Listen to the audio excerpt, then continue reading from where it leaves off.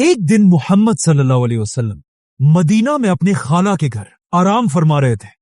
अचानक उनकी आंख खुली और वो मुस्कुरा रहे थे। उनकी खाला उम्मे हराम ने पूछा कि या रसूलल्लाह, आप क्यों मुस्कुरा रहे हो? तो आप सल्लल्लाहु अलैहि वसल्लम ने कहा कि मुझे इसी वक्त एक विजन दिखाया गया है कि मेरी उम्मत के कुछ लोग समंदरों पर जंग के लिए ऐसे जा रहे हैं जैसे बादशाह अपने तख्त पर होते हैं। ये सुनते ही उनकी खाला उम्मे हराम ने कहा कि या रसूलल्लाह, आप दुआ करें कि मैं भी उस फौज में शामिल हूं। तो आप सल्लल्लाहु अलैहि वसल्लम ने उन्हें जवाब दिया कि आप उस फौज में जरूर होंगे। रसूलुल्लाह सल्लल्लाहु अलैहि वसल्लम के बाद मुसलमान हजरत उमर के दौर में दुनिया की सबसे बड़ी सुपर पावर बन चुके थे और मुसलमानों की फौज ईस्ट वेस्ट हर तरफ फैल चुकी थी। लेकिन अब भी मुसलमानों की एक बहुत बड़ी कमजोरी थी, समंदर। और रोमन एम्पायर बार बार इसी समंदर के रास्ते मुसलमानों पर हमले किया करते थे,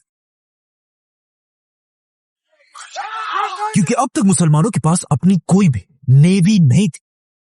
इसीलिए हजरत उमर के जमाने में उनके एक गवर्नर हजरत मुआविया रज़ियल्लाहु अन्हु ने उनकी तरफ एक लेटर भेजा कि अब वक्त आ चुका है कि मुसलमान भी अपनी पावरफुल नेवी बन। लेकिन हजरत उमर ने ऐसा करने से बिल्कुल इनकार कर दिया, क्योंकि इस समंदर में पिछले 700 साल से रोमन एम्पायर का राज और उनके पास दुनिया की सबसे बड़ी नेवी थी, 1000 जंगी कश्ती, जिसकी वजह से इस पूरे समंदर को रोमन समंदर कहा जाता था। जिसके मुकाबले में मुसलमान डेजर्ट में रहने वाले लोग थे और उनके पास समंदरों में जंग करने का कोई एक्सपीरियंस नहीं था। लेकिन जैसे ही हजरत उमर के बाद मुसलमानों के नए खलीफा हजरत उस्मान बने, उन्होंने मुआविया रज़ियल्लाहु अन्हु, जो हजरत उमर के दौर में एक छोटे से इलाके के गवर्नर थे, हजरत उस्मान ने उन्हें पूरे शाम का गवर्नर बना दिया। और एक बार फिर मुआविया रज़ियल्लाहु अन्हु ने अपने कजन हजरत उस्मान की तरफ वही सेम लेटर भेजे। लेकिन हजरत उस्मान ने उन्हें जवाब दिया कि जब हजरत उमर तुम्हें नेवी बनाने से रोक रहे थे तब मैं उनके पास ही खड़ा था, मतलब अब भी नेवी बनाने की इजाजत नहीं है।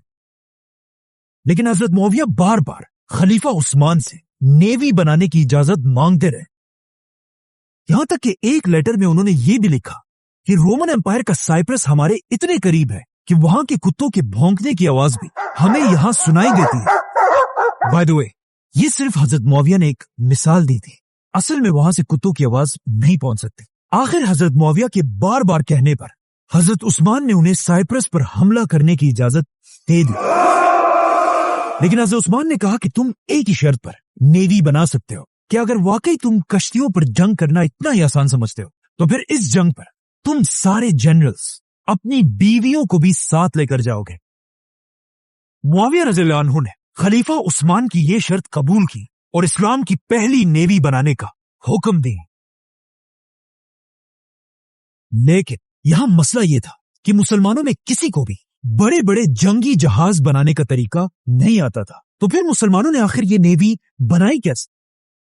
असल में इससे बहुत साल पहले जब मुसलमानों ने ये सारे इलाके फतह नहीं किए थे और यहां रोमन एम्पायर की हुकूमत थी, रोमन एम्पायर ने अपनी नेवी के लिए फलस्तीन और इजिप्ट में जंगी जहाज बनाने के 2 बड़ी बड़ी फैक्ट्रीज बनाई थी, जहां रोमन एम्पायर की नेवी के लिए बड़े बड़े जहाज बनाए जाते थे, जिनका नाम था ड्रोमोन। और ये इतनी बड़ी कश्तियां थी कि इनमें एक ही टाइम पे 300 वॉरियर्स सवार हो सकते थे। लेकिन अब जब मुसलमानों ने रोमन एम्पायर से ये सारे इलाके फतह, कश्तियां बनाने की ये 2 फैक्ट्रीज भी मुसलमानों के हाथ है, जो पहले तो मुसलमानों के किसी काम के नहीं थे। लेकिन अब खलीफा उस्मान के ऑर्डर्स पर इन फैक्ट्रीज को दोबारा खोला गया और मुआविया रज़ियल्लाहु अन्हु ने क्रिश्चियन इंजीनियर्स को अपने पास बुलाया कि अब रोमन एम्पायर के लिए नहीं बल्कि हमारे लिए समंदरी जहाज बनाओ। और इस तरह इस्लाम की पहली नेवी तैयार होने लगी। जैसे ही कुछ कश्तियां तैयार हुई तो खलीफा उस्मान के ऑर्डर्स के मुताबिक हजरत मुआविया और उनके जनरल्स अपनी बीवियों को साथ लेकर साइप्रस फतह करने के लिए रवाना अब यहां एक बहुत ही इंटरेस्टिंग बात यह थी, हजरत मुआविया के जनरल्स में से एक की बीवी का नाम था उम्मे हराम रज़ियल्लाहु अन्हा। ये वही उम्मे हराम थी जिन्होंने आप सल्लल्लाहु अलैहि वसल्लम से कहा था कि या रसूलल्लाह, आप दुआ करें कि मैं भी उस फौज में शामिल हूं। तो आप सल्लल्लाहु अलैहि वसल्लम ने उन्हें जवाब दिया कि आप उस फौज में जरूर होंगे। जैसे ही मुसलमानों की फौज साइप्रस पहुंची, साइप्रस के सारे लोगों ने मुसलमानों के सामने सरेंडर कर दिया।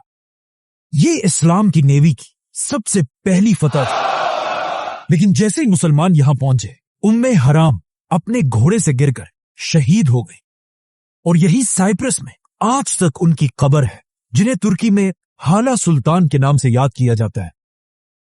इसके बाद अगले 4 साल तक साइप्रस मुसलमानों के कंट्रोल में रहा। लेकिन 4 साल बाद जब मुसलमानों की नेवी में कश्तियां और भी बढ़ गई, हजरत मुआविया इन सारे जहाजों को लेकर और भी आगे बढ़े और सीधा रोमन एम्पायर के कैपिटल कॉन्स्टेंटिनोपल, इस्तांबुल की तरफ बढ़ने लगे।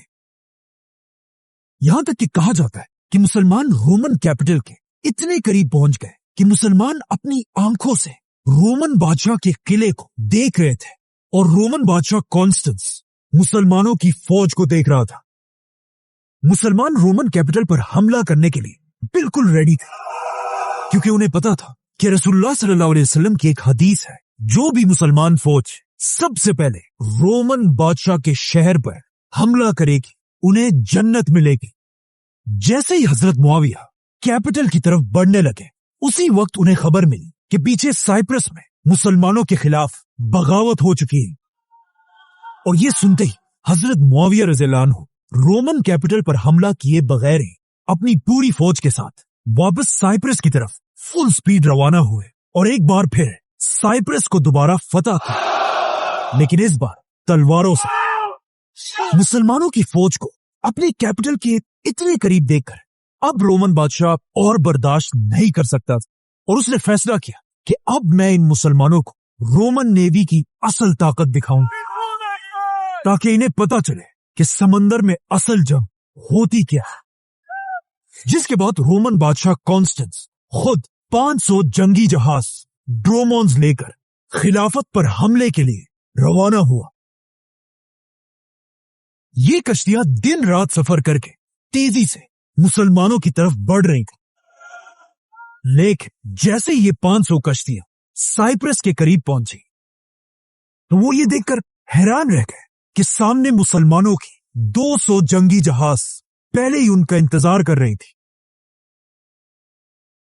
क्योंकि रोमन बादशाह के इस हमले की खबर खलीफा उस्मान तक पहले ही पहुंच चुकी थी और उन्होंने फौरन शाम के गवर्नर मुआविया और इजिप्ट के गवर्नर अब्दुल्ला की तरफ, दोनों की तरफ हुक्म भेजा कि अपनी पूरी नेवी को लेकर रोमन बादशाह को रोकने के लिए रवाना हो। और अब ये दोनों जनरल्स मिलकर अपनी 200 कश्तियों के साथ रोमन नेवी के सामने खड़े थे। इजिप्ट के गवर्नर अब्दुल्ला बिन साद की कश्तियां मुआविया रज़ियल्लाहु अन्हु से ज्यादा थी, इसीलिए इस जंग के बड़े जनरल अब्दुल्ला बिन साद थे।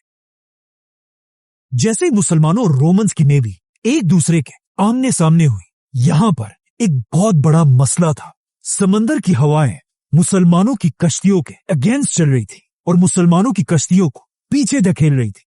मतलब अगर जंग शुरू हो जाती, रोमन नेवी मुसलमानों की कश्तियों को तेजी से क्रश कर सकती थी और इन हवाओं की वजह से मुसलमान कुछ नहीं कर सकते थे। यह देखकर मुसलमानों के जनरल ने हुक्म दिया कि सारी कश्तियों के एंकर्स गिरा दिए जाए और कश्तियों को अपनी अपनी जगह पर रोक दिया जाए। जिसके बाद मुसलमानों के जनरल ने रोमन बादशाह की तरफ एक मैसेज भेजा कि मैं जो कहता हूं, समंदरों पर जंग करने से अच्छा है हम किसी अच्छी सी बड़ी जमीन पर जंग करें। यह बात सुनकर रोमन बादशाह मुसलमानों पर हंसने लगा और उसने अपनी पूरी फौज से पूछा कि हमें क्या करना चाहिए, जिसमें पूरी रोमन फौज नारे लगाने लगी, क्योंकि उन्हें पता था कि जमीन पर तो मुसलमानों का मुकाबला कोई नहीं कर सकता, लेकिन समंदरों पर सिर्फ रोमन्स का राज है। ये देखकर रोमन बादशाह ने मुसलमानों को जवाब दिया, जंग समंदर पर होगी, समंदर पार। अब जब रोमन्स मुसलमानों की फौज पर हंस रहे थे, ये देखकर मुसलमानों के जनरल ने हुक्म दिया कि सारे एंकर्स उठा दिए जाए। जैसे ही मुसलमानों ने एंकर्स उठा दिए, अचानक आउट ऑफ नोवेयर समंदर में हवाओं का रुख बदल गया और मुसलमान नारे लगाने लगे। इसी के साथ मुसलमानों की कश्तियों के सारे सेल्स खोल दिए और मुसलमानों के 200 जंगी जहाज फुल स्पीड रोमन्स की तरफ बढ़ने लगे। इस तरह अचानक हवाओं का रुख बदलते देखकर रोमन एम्पायर का बादशाह घबराने लगा और उसे याद आया कि इससे कुछ ही दिन पहले उसने एक ख्वाब देखा था। और जब उसने एक ख्वाब अपने नजूमियों को बताया, उन्होंने अपने बादशाह से कहा, माय किंग, काश आप उस रात सोते ही ना और ये ख्वाब ना देखते, क्योंकि इस ख्वाब का सिर्फ एक ही मतलब है, शिकस्त, डिफीट।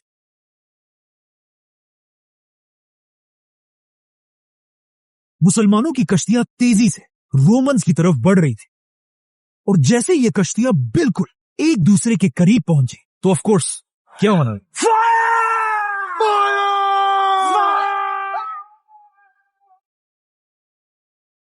नहीं, ऐसा नहीं था। उस जमाने में ये वाली तो जो गन पाउडर से चलती इजाद ही नहीं हुई थी और लोग कश्तियों में भी तीरों और तलवारों से लड़ते थे।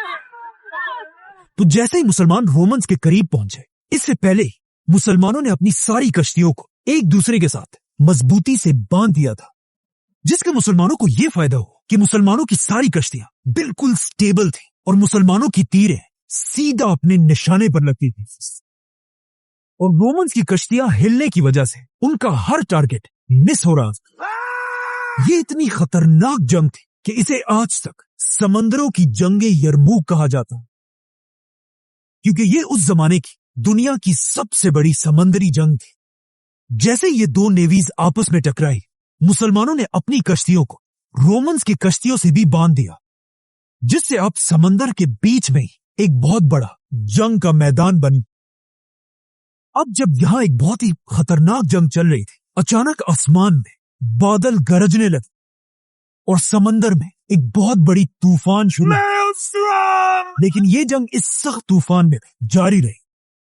अब तक तो मुसलमान ये जंग जीत रहे थे, लेकिन अचानक रोमन्स ने अपनी पूरी ताकत के साथ सीधा मुसलमानों के जनरल अब्दुल्ला बिन साद पर हमला कर दिया और उनकी कश्ती को अपनी कश्ती से बांधकर जंग से दूर ले जाने लगे, ताकि अपने जनरल को मरता देखकर मुसलमानों का मोराल टूट सके। यहां तक कि मुसलमानों का जनरल जख्मी भी हो गया।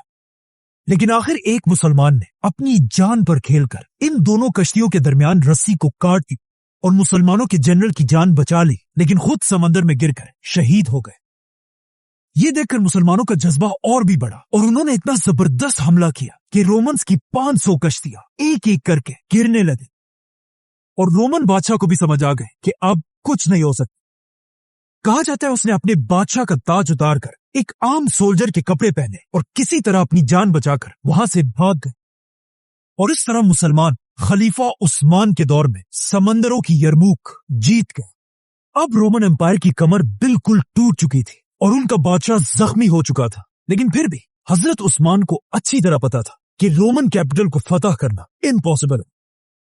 जिसके बाद खलीफा उस्मान एक नया बहुत बड़ा प्लान बनाने लगे और उन्होंने अपने दूर के गवर्नर की तरफ एक लेटर और उसके साथ एक नक्शा भेजा, जिसमें हजरत उस्मान ने इस्लाम के फ्यूचर का प्लान बताया और कहा सबसे पहले मुसलमान स्पेन को फतह करेंगे, उसके बाद फ्रांस, फिर इटली, फिर ग्रीस और इस तरह पूरे यूरोप को फतह करने के बाद मुसलमान आखिर रोमन कैपिटल पर हमला करेंगे। लेकिन ऐसा नहीं हुआ, बल्कि आज तक खलीफा उस्मान का यह प्लान पूरा नहीं हो सका, क्योंकि जैसे ही हजरत उस्मान ने यह प्लान बनाया, खलीफा उस्मान रज़ियल्लाहु अन्हु को मुसलमानों के ही एक ग्रुप ने शहीद कर दिया। लेकिन शहीद होने से पहले खलीफा उस्मान ने दुनिया के समंदरों पर राज करने वाले 700 साल पुरानी रोमन नेवी को बिल्कुल खत्म कर दिया था। सब्सक्राइब